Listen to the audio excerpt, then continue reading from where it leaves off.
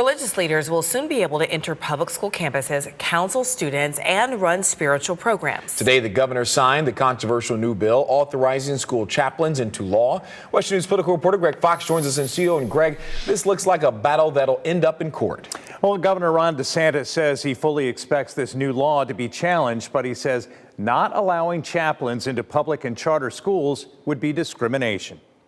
They need some soul craft, and that can make all the difference in the world. And so, Republican Florida Governor Ron DeSantis used the word soul craft, defined as something nourishing to the soul, to describe his support for House Bill 931.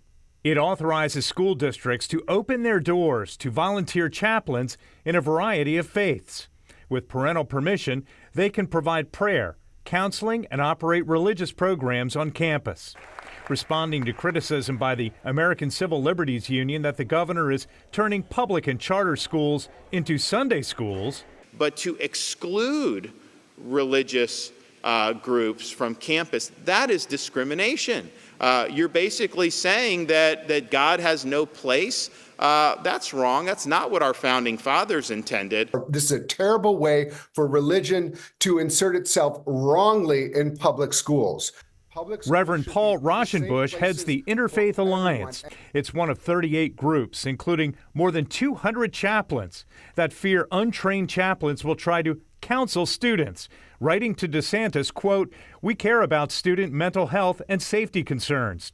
As trained chaplains, we are not qualified to address the needs of public school students that these proposals purport to address." But also imagine if you are an LGBT student or you're having a struggle with depression or anything, and someone isn't trained to deal with that, and they're just Joe Chaplain who comes in there, that can do more harm than good.